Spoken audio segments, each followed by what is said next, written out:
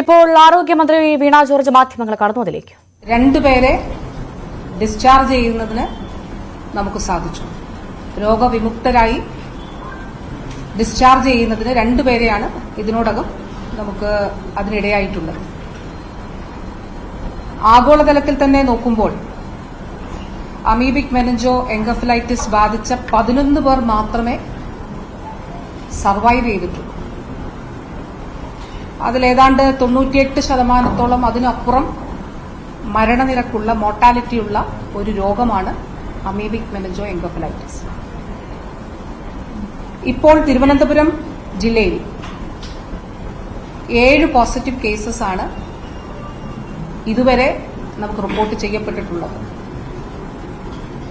ഇതിൽ ഒരാൾ 23-ാം തീയതി, ജൂലൈ മാസം 23-ാം തീയതി മരണപ്പെട്ടിട്ടുണ്ട്. 6 പേരാണ് നിലവിൽ ചികിത്സയിലുള്ളത് തിരുവനന്തപുരം മെഡിക്കൽ കോളേജിൽ. 2 പേർക്ക് രോഗം സംശയിക്കുകയും ചെയ്യുന്നുണ്ട്.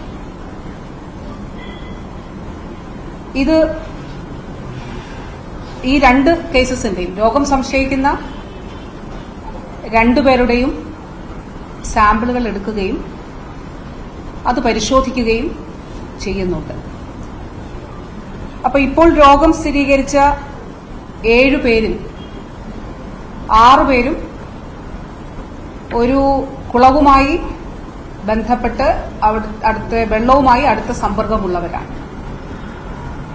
വാസ്തവത്തിൽ 21-ാം തീയതിയാണ് ഈ ആദ്യ കേസ് തിരുവനന്തപുരം മെഡിക്കൽ കോളേജിൽ എത്തപ്പെടുന്നത്. അപ്പോൾ എത്തപ്പെടുന്ന ഒരു സാഹചര്യത്തിൽ തന്നെ അതീവ ഗുരുതരമായിട്ടുള്ള രോഗാവസ്ഥയിലാണ് അവിടെ എത്തപ്പെട്ടിട്ടുള്ളത്. ഏതാണ്ട് മണിക്കൂറുകൾക്ക് ശേഷം 23-ാം തീയതി മരണപ്പെടുകയും ചെയ്തു. ആദ്യ കേസിന് എങ്ങനെ രോഗം വന്നു എന്നുള്ള ആരോഗ്യ വകുപ്പിന്റെ അന്വേഷണത്തിലാണ് മറ്റുള്ളവർക്ക്, അതായത് രോഗസാധ്യതയുള്ളവരെ കണ്ടെത്താനായിട്ട് സാധിച്ചത്.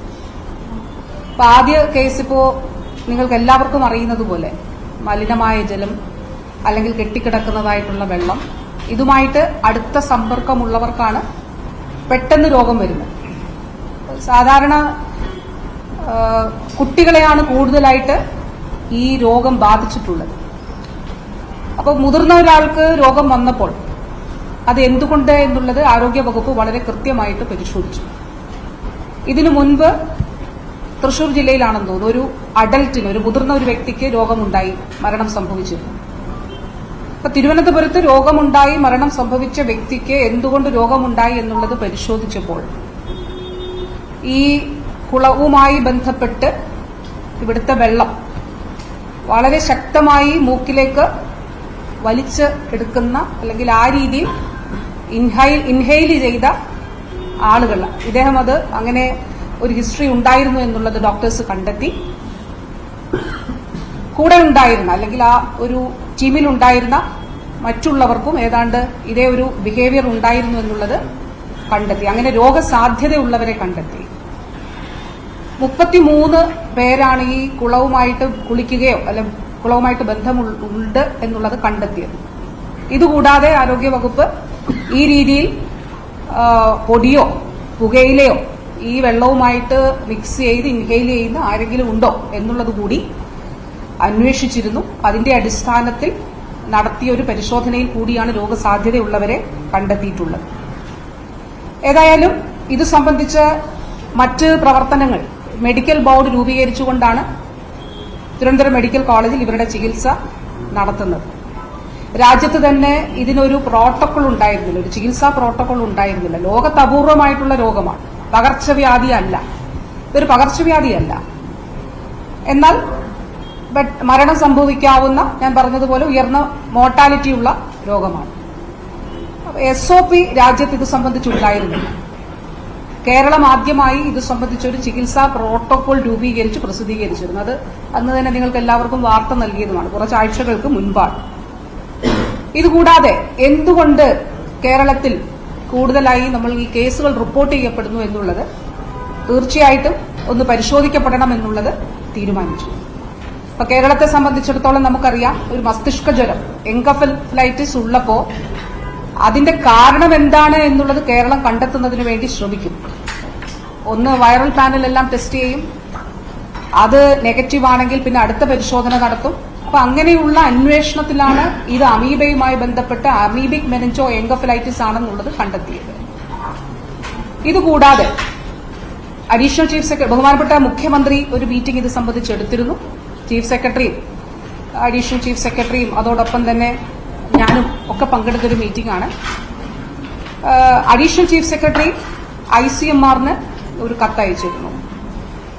ICMR-ന് കത്തയച്ചതിന്റെ കാരണം ഇത് സംബന്ധിച്ച് കൃത്യമായിട്ടുള്ള ഒരു പഠനം, ഗവേഷണം നടത്തണമെന്നുള്ളത് കേരളം തീരുമാനിച്ചതിന്റെ അടിസ്ഥാനത്തിലാണ്. അപ്പൊ ഈ മേഖലയിലെ വിദഗ്ധർ രാജ്യത്ത് തന്നെ വളരെ ചുരുക്കമാണ്. അപ്പൊ ICMR-ന് ഡോക്ടർ രാജൻ കൊബ്രാഗഡെ അദ്ദേഹം അയച്ച കത്തിന്റെ അടിസ്ഥാനത്തിൽ ഒരു സയന്റിസ്റ്റിനെ, ഒരു ഡോക്ടർ അനൂപ്, അദ്ദേഹത്തെ ICMR നിശ്ചയിക്കുകയും അദ്ദേഹത്തിന്റെ നേതൃത്വത്തിലുള്ള ഒരു ടീം കേരളവുമായിട്ട് ഈ ഒരു പഠനം സംബന്ധിച്ചിട്ട് കോർഡിനേറ്റ് ചെയ്യുമെന്നുള്ളത് അറിയിച്ചിട്ടുണ്ട്. ഇതുകൂടാതെ വളരെ പ്രധാനപ്പെട്ട കാര്യം, ഇതിന് കൃത്യമായിട്ടുള്ള ഒരു സ്പെസിഫിക് മെഡിസിൻ എന്നുള്ളത് പറയാനായിട്ടില്ല, അങ്ങനെ പറയുന്നില്ല. ലോകത്ത് തന്നെ ഇത് സംബന്ധിച്ചിട്ടുള്ള ചികിത്സയുടെയോ അതിന്റെ ട്രീറ്റ്മെന്റ് സംബന്ധിച്ചിട്ടുള്ള ലിറ്ററേച്ചർ വളരെ കുറവാണ്. നമ്മൾ പല CDC ഉൾപ്പെടെ പല സ്ഥാപനങ്ങളിലും ഇതുമായിട്ട് ഇത് അന്വേഷിക്കുമ്പോൾ, അല്ലെങ്കിൽ അത് ഇക്കാര്യം നമ്മൾ അന്വേഷിക്കുമ്പോൾ ഒരു കൃത്യമായിട്ടുള്ളൊരു ലിറ്ററേച്ചർ ഇതുമായി ബന്ധപ്പെട്ടിട്ടില്ല എന്നുള്ളത് കൂടി കാണേണ്ടതായിട്ടുമുണ്ട്. അപ്പൊ ഇതിന് ഡോക്ടർ സജസ്റ്റ് ചെയ്യുന്ന മെഡിസിൻ മിൽറ്റിഫോസിൻ ആണ്. മിൽറ്റിഫോസിൻ എന്ന് പറയുമ്പോൾ കേരളം നമ്മൾ ഉപയോഗിക്കാത്തൊരു മെഡിസിനാണ്. രാജ്യത്ത് അപൂർവമായി മാത്രമാണ് മിൽറ്റിഫോസിൻ ഉള്ളത്. കേന്ദ്ര സർക്കാരിന്റെ സെൻട്രൽ സപ്ലൈയിലുള്ള വളരെ അപൂർവമായിട്ടുള്ളൊരു മെഡിസിനാണ് മിൽറ്റിഫോസിൻ. അപ്പൊ ഇത് നേരത്തെ തന്നെ കുഞ്ഞുങ്ങളിൽ ഇത് റിപ്പോർട്ട് ചെയ്തപ്പോൾ ഈ മരുന്ന് ലഭ്യമാക്കണം എന്നുള്ളത് കേന്ദ്ര സർക്കാരിനോട് നമ്മൾ അഭ്യർത്ഥിച്ചിരുന്നു. അപ്പോൾ അന്ന് കുറച്ച് മെഡിസിൻ, രാജ്യത്ത് അവൈലബിൾ ആയിട്ടുള്ള വളരെ കുറച്ച് മെഡിസിൻ അന്ന് ലഭ്യമാക്കി.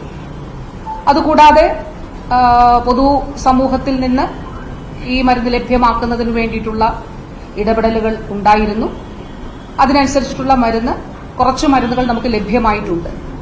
അപ്പം മിൽറ്റിഫോസിൻ ഇപ്പോൾ നിലവിൽ ചികിത്സയിലുള്ള എല്ലാവർക്കും മിൽറ്റിഫോസിൻ കൊടുക്കുന്നതിന് വേണ്ടിയിട്ടുള്ള മരുന്ന് നമുക്ക് അവൈലബിൾ ആയിട്ടുണ്ട്.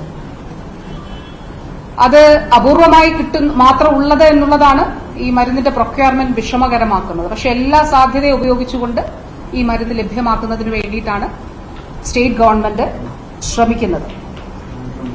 അപ്പോ ആരോഗ്യ വകുപ്പിനെ സംബന്ധിച്ചിടത്തോളം ഏറ്റവും പ്രധാനപ്പെട്ടത് രോഗം കണ്ടുപിടിക്കുക, ചികിത്സിക്കുക. 2, ബോധവൽക്കരണ പ്രവർത്തനം നടത്തുക എന്നുള്ളതാണ്. തീർച്ചയായിട്ടും എന്തുകൊണ്ട് ഇത്തരത്തിലുള്ള കേസുകൾ ഉണ്ടാകുന്നു എന്നുള്ളത് കണ്ടുപിടിക്കപ്പെടേണ്ടതായിട്ടുണ്ട്. അതിന്റെ ഭാഗമായി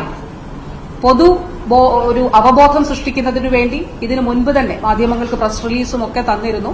മാധ്യമങ്ങളിലൂടെ നിങ്ങളിൽ ബഹുഭൂരിപക്ഷം മാധ്യമങ്ങളും നല്ല പ്രാധാന്യത്തോടെ അത് കൊടുത്തിരുന്നു.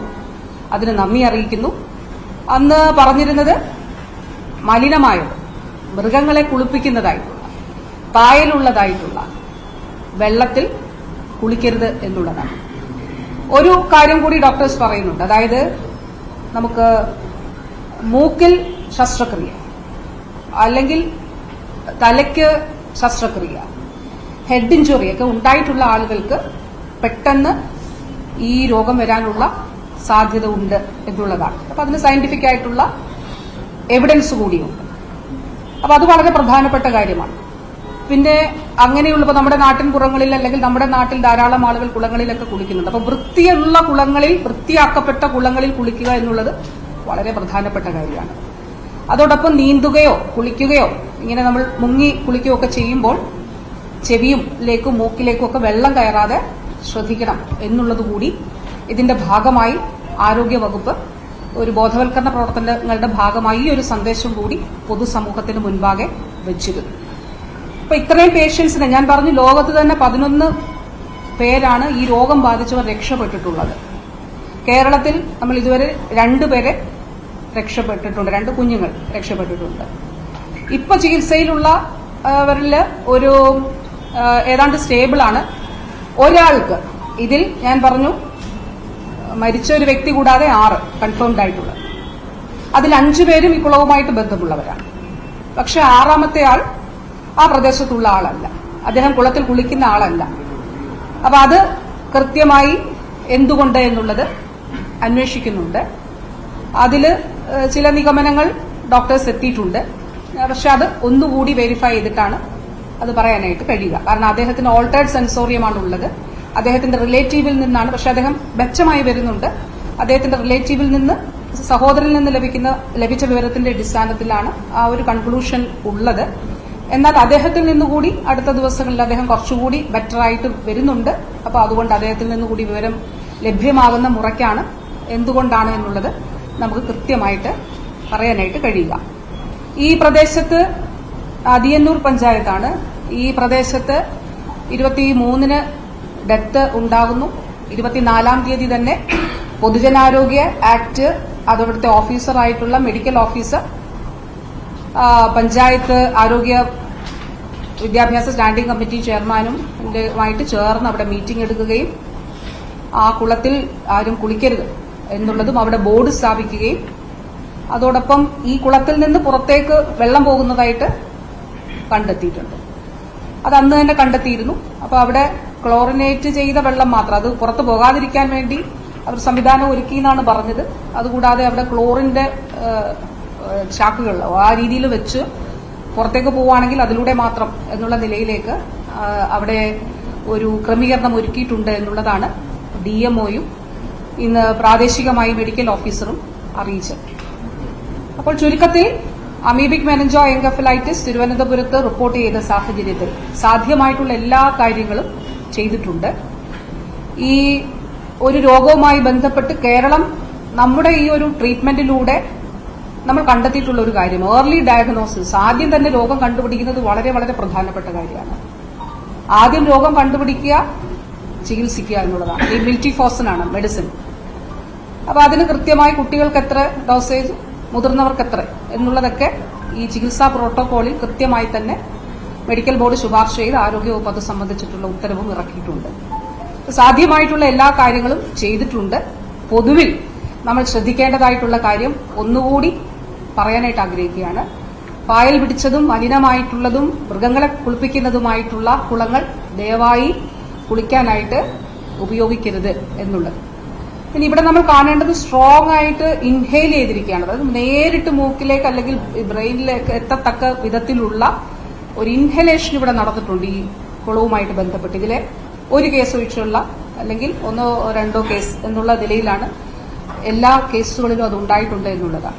അപ്പൊ അങ്ങനെയുള്ള ഈ കുളത്തിൽ തന്നെ അങ്ങനെ ആരെങ്കിലും ചെയ്തിട്ടുണ്ടെങ്കിൽ, നമ്മൾ ട്രേസ് ചെയ്ത കുറെ പേരാണ് ഉള്ളത്, അത് അങ്ങനെ അല്ലാതെ ആരെങ്കിലും ഉണ്ടെങ്കിൽ ദയവായി അറിയിക്കണം. കാരണം നേരത്തെ ട്രീറ്റ് ചെയ്താൽ ഇപ്പൊ തലവേദനയുള്ളവരൊക്കെയാണ് നമ്മൾ ഐഡന്റിഫൈ ചെയ്തപ്പോൾ അവർ ആദ്യം തന്നെ മെഡിക്കൽ കോളേജിലെത്തി. അതുകൊണ്ടാണ് അത് മരുന്ന് കൊടുത്തിട്ട് കൃത്യമായി ചികിത്സ ഉറപ്പാക്കാൻ കഴിയും. ആരെങ്കിലും ഉണ്ടെങ്കിൽ ദയവായി അറിയിക്കണം. ട്രീറ്റ് ചെയ്യാനായിട്ട് കഴിയും. ഈ മരുന്ന് ഉപയോഗിച്ച് കൃത്യമായിട്ടുള്ള ചികിത്സ ഉറപ്പാക്കാനായിട്ട് കഴിയും. ഒരു അപകടാവസ്ഥയിലേക്ക് പോകാതിരിക്കുന്നതിന് ചികിത്സയിലൂടെ നമുക്ക് സാധിക്കും. അതുകൂടാതെ പ്രത്യേകിച്ച് ഇങ്ങനെയുള്ള ഇടങ്ങളിലൊക്കെ കുളിക്കുന്നവർ നേസൽ ഇഞ്ചുറിയോ അല്ലെ ശസ്ത്രക്രിയയോ ഹെഡ് ഇഞ്ചുറി, ഹെഡ് ശസ്ത്രക്രിയയൊക്കെ തലയ്ക്ക് ശസ്ത്രക്രിയ ചെയ്തിട്ടുള്ളവർ ദയവായിട്ട് ശ്രദ്ധിക്കുക. അതോടൊപ്പം മുക്കിലൂടെയും ചെവിയിലൂടെയും വെള്ളമകത്തേക്ക് കയറാതെ അതിനൊരു മുൻകരുതൽ കൂടി എടുക്കുക എന്നുള്ളതാണ്. പൊതുവിൽ ഈ കാര്യങ്ങളാണ്. ഇത് സംബന്ധിച്ചിട്ടുള്ള ഒരു കാര്യം കൂടിയുണ്ട്. ഒരു അമീബയുടെ സാന്ദ്രത ഈ പഠനത്തിന്റെ ഭാഗമായി ഞാൻ പറഞ്ഞു, ഇപ്പൊ നമ്മളൊരു ഗവേഷണം നടത്തുന്നതിന് തീരുമാനിച്ചിട്ടുണ്ട്. കണ്ടുപിടിക്കണമല്ലോ എന്തുകൊണ്ടാണ്. ഇപ്പൊ കാലാവസ്ഥ വ്യതിയാനം കൊണ്ടാണ് അത് പറയുന്നുണ്ട്.